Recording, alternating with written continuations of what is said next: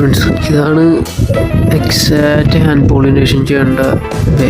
അതായത് ഒരു കണ്ടെയ്നർ എടുക്കുക, അതിൻ്റെ അകത്തേക്ക് നമ്മൾ അതിൻ്റെ ആന്തർ എന്ന് പറയുന്ന സാധനം, അതായത് ആന്തർ ഫുള്ള് പൊടി ഇങ്ങനെ പൗഡേഴ്സ് ആയിരിക്കും. ആ പൗഡർ ഫുള്ള് നമ്മിങ്ങനെ എടുക്കുക.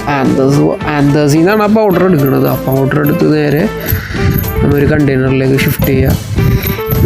അത് സോഫ്റ്റ് ബ്രഷ് യൂസ് ചെയ്യാനായിരിക്കും ഏറ്റവും ബെറ്റർ. കാരണം എന്താ വെച്ച് കഴിഞ്ഞാൽ ഭയങ്കര ഹാർഡ് ബ്രഷൊക്കെ ആണെങ്കിൽ ചിലപ്പോൾ ആ ഫ്ലവറിന് തന്നെ ഡാമേജ് ആവാനുള്ള ചാൻസ് ഉണ്ട്. ഫ്ലവറിന് ഡാമേജ് വന്നിട്ടുണ്ടെങ്കിൽ ആ പ്ലാന്റിൻ്റെ ഫ്രൂട്ടിനും അതേ ഇഷ്യൂസ് ഉണ്ടാവും.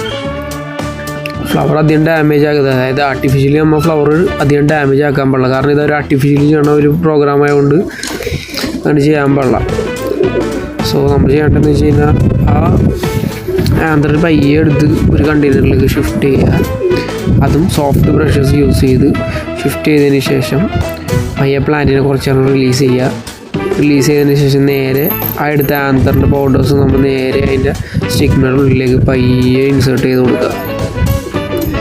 പയ്യെ ഇൻസേർട്ട് ചെയ്ത് കൊടുത്തു കഴിയുമ്പോൾ അത് പയ്യെ അതിനൊരു ചെറിയൊരു ഹോളിൻ്റെ ഉള്ളിലേക്ക് പയ്യെ ഇറങ്ങിക്കോളും. പിന്നെ മോർണിംഗ് ടൈമിൽ നമ്മുടെ ബീസും ഈ പൂമ്പാറ്റകളും അതും ഇതൊക്കെ വന്നിരിക്കണ സ്ഥലമാണെങ്കിൽ പൂമ്പാറ്റകളും അതൊക്കെ വന്നിരുന്ന് കറക്റ്റ് അതിൻ്റെ ഉള്ളിലേക്ക് തന്നെ അത് എന്താണ് ആ സ്റ്റിഗ്മയുടെ ഉള്ളിൽ തന്നെ കറക്റ്റ് ഇതായിക്കോളും.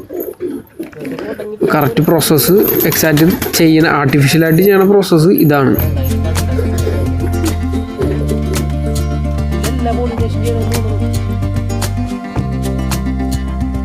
ഡ്രാഗൺ ഫ്രൂട്ടിന് ലൈറ്റ് ഒരു മെയിനായിട്ടുള്ളൊരു ഇതാണ്. കാരണം മാൻഡേറ്ററിയാണ്, ലൈറ്റ് വേണം, നിർബന്ധമായിട്ടുള്ള ലൈറ്റ് അതിന് വേണം. എന്നാലേ പൂ ഇടരാനും കാബലം കൂടാനും കൂടുതലും പ്രയോറിറ്റി കൂടുതൽ കൊടുക്കണം ലൈറ്റിനാണ്. കാരണം ലൈറ്റ് ഉണ്ടെങ്കിൽ പ്ലാന്റിൻ്റെ ഫുഡ് പ്രോസസ്സിങ് നടക്കുകയുള്ളൂ.